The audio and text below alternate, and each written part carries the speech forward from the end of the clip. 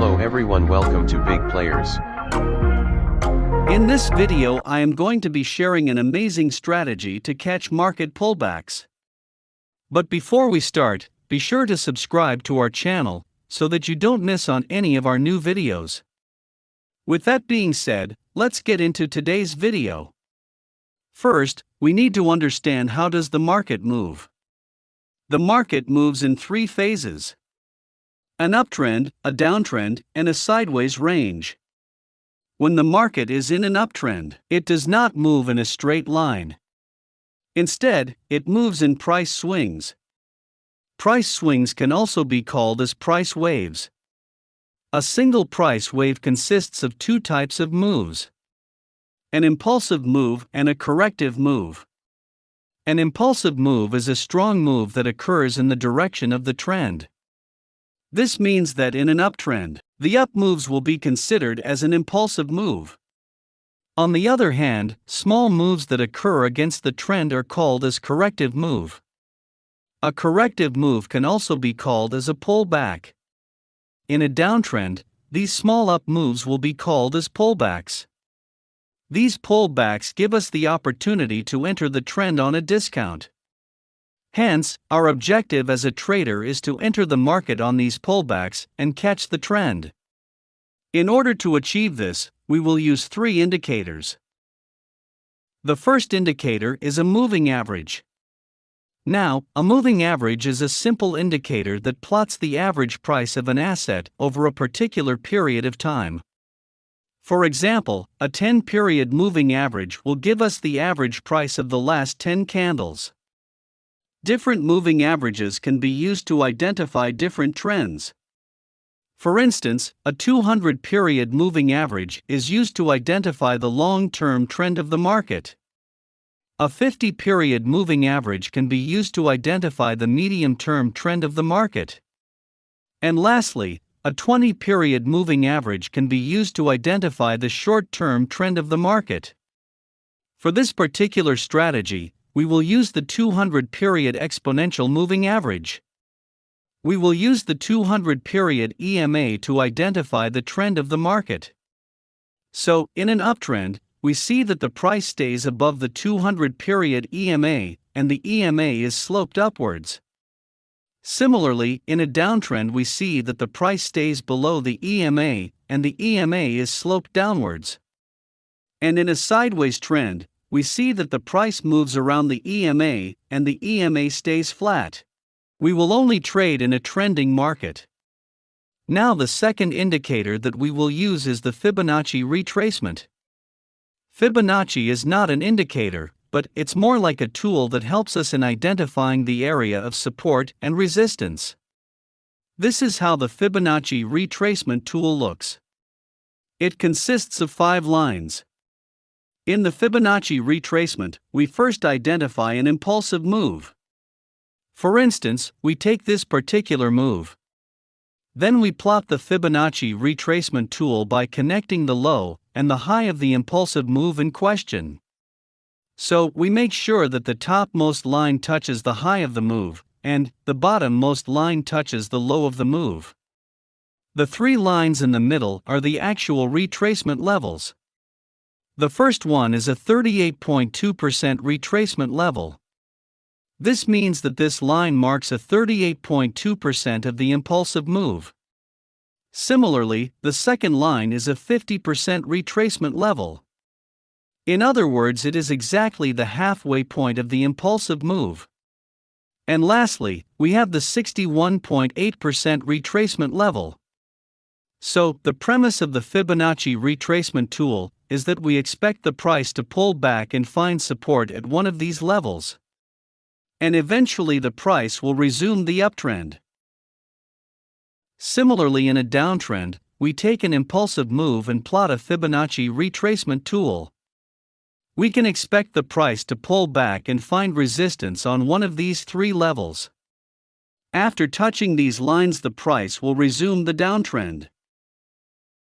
The third and the last indicator that we will use is the stochastic indicator.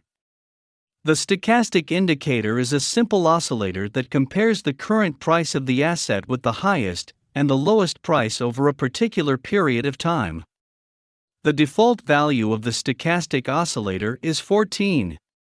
Now, the stochastic indicator consists of two lines. The blue line is called as the %K line. %K line simply shows the value of the current close compared to the high and low.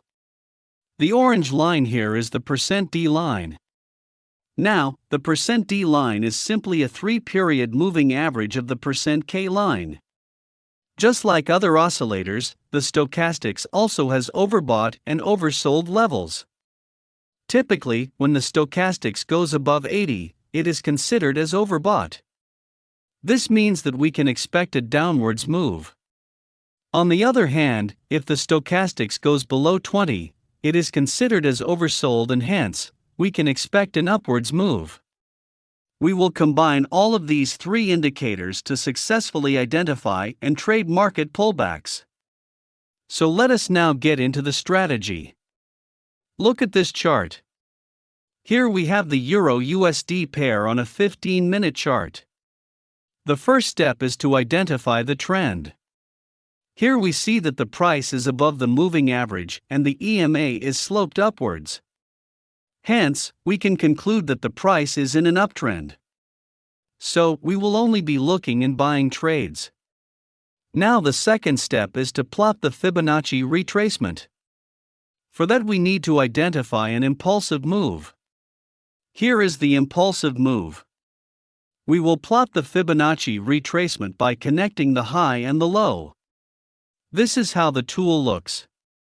So now, we are expecting the price to make a pullback to one of these three lines and find support. When it touches one of these three lines, we want the stochastic to cross above the 20 level.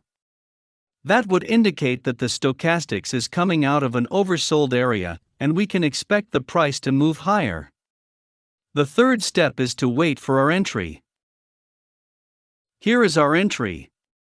Here we see that the price finds support at the 50% retracement level, and we also see that the stochastic indicator has just closed above the 20 level.